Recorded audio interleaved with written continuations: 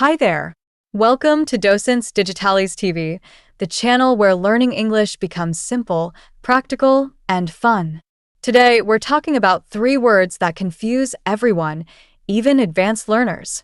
These tricky words can easily be mixed up, but don't worry. By the end of this video, you'll know exactly how to use them correctly and avoid common mistakes. Let's jump right in. Word 1. There, and there. These 3 words sound exactly the same but have different meanings. There refers to a place. The keys are over there. There shows possession. That's their car. There is a contraction of they are. They're going to the party tonight. A quick tip: if you can replace it with they are in your sentence, use there. Otherwise, check if you're talking about a place, there, or something that belongs to someone, there. Word 2. Affect versus effect. This pair trips up even native speakers. Here's how to remember the difference. Affect is usually a verb. The cold weather affects my mood. Effect is usually a noun. The new policy had a positive effect on sales. If you're describing an action, use effect. If you're talking about the result, use effect.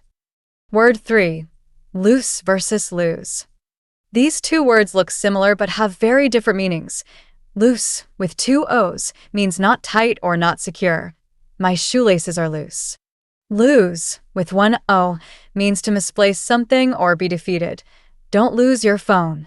A tip to remember: loose has an extra O, just like something that's extra wide or not tight.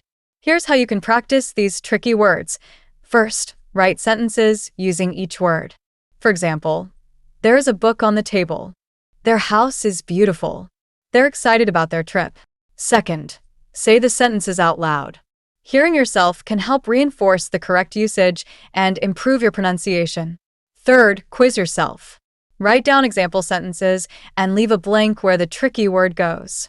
Then try filling in the correct word. Let's recap the 3-word pairs: there, and there. Pay attention to the meaning and context. Affect versus effect. Think action for effect and result for effect. Loose versus lose. Remember, loose means not tight, while lose means to misplace or be defeated. The more you practice, the more confident you'll feel using these words in your conversations and writing. If this video has been helpful, we'd love your support. Give it a like, share it with your friends, and subscribe to Docentes DigitalesTV for more practical and fun English lessons like this one. By subscribing, you'll never miss a chance to master tricky words and boost your fluency.